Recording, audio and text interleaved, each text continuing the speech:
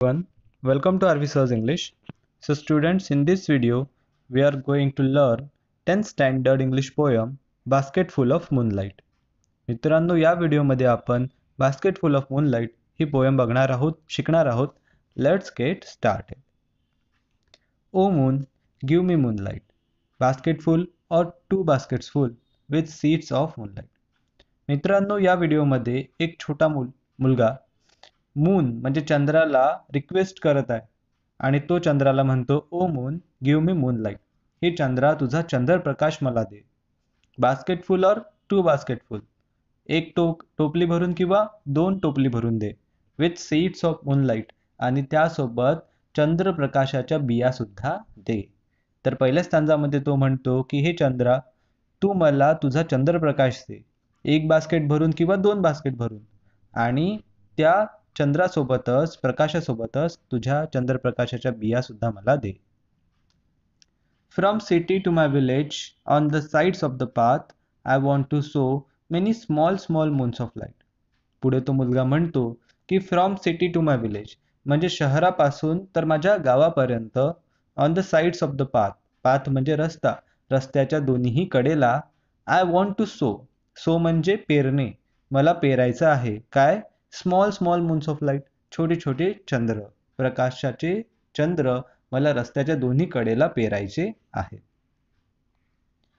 The whole village goes to the city daily to work. It becomes dark on its way back as my village is quite far. पुढे तो म्हणतो की the whole village, आमचं संपूर्ण गाव, goes to the city, शहरामध्ये जाते. कशासाठी? डेली टू वर्क, वर्क म्हणजे काम, कामानिमित्त गावातील सगळे लोक शहरामध्ये जातात. It becomes dark on its way back, आणि जेव्हा ते परतत असतात तेव्हा त्यांना अंधार होऊन जातो. As my village is quite फार, कारण त्या मुलाचं, जो नरेटर आहे, त्याचं गाव हे थोडं दूर आहे आणि त्यामुळे शहरातून कामावरून परत येताना गावातील लोकांना अंधारातून यावं लागते. The route is tough as full of snakes and scorpions, neither bus nor cart plies. पुढे तो म्हणतो की the route is tough, route म्हणजे रस्ता, रस्ता कसा आहे? रस्ता खूप कठीण आहे. Full of snakes and scorpion, आणि रस्त्याने स्नेक्स म्हणजे साप आणि स्कॉर्पियन म्हणजे विंचू यांचा सुळसुळाट आहे, म्हणजे डेंजरस रस्ता आहे. रस्ता ओलांडताना लोकांच्या जीवाला सुद्धा धोका असतो. Neither bus nor cart flies, आणि या रस्त्याने एखादी बस किंवा कार्ट म्हणजे बैलगाडी सुद्धा ये जा करत नाही, म्हणजे लोकांना ऑप्शनच नाही आहे, त्यांना पायी तो रस्ता पार करावा लागतो. When my father returns home, I am asleep, and he goes back early in the morning while I am sleeping. तो मुलगा म्हणतो की जेव्हा माझे वडील घरी येतात, रिटर्न्स म्हणजे परत येतात, आय एम अस्लीप, मी झोपलेला असतो, कारण वडिलांना यायला उशीर होतो.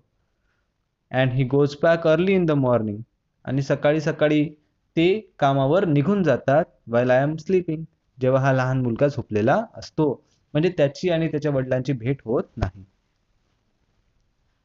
ओ moon give me a basket full of moon light on loan. तो मुलगा पुढे म्हणतो की हे चंद्रा, एक बास्केट भरून तुझा चंद्रप्रकाश मला लोन म्हणजे कर्ज म्हणून दे. तो फुकट मागत नाही, तो उधार मागत नाही, तो म्हणतो की लोन म्हणजे कर्ज म्हणून तू मला दे.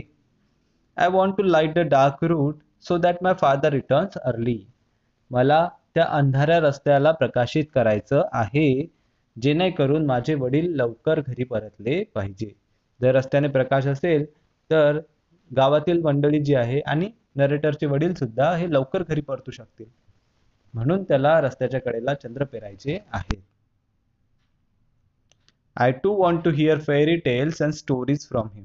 पुढे तो म्हणतो की मला सुद्धा माझ्या वडिलांकडून फेरी टेल्स म्हणजे परिकथा आणि स्टोरीज म्हणजे गोष्टी ऐकायच्या आहेत, म्हणून मला तो रस्ता प्रकाशित करायचा आहे.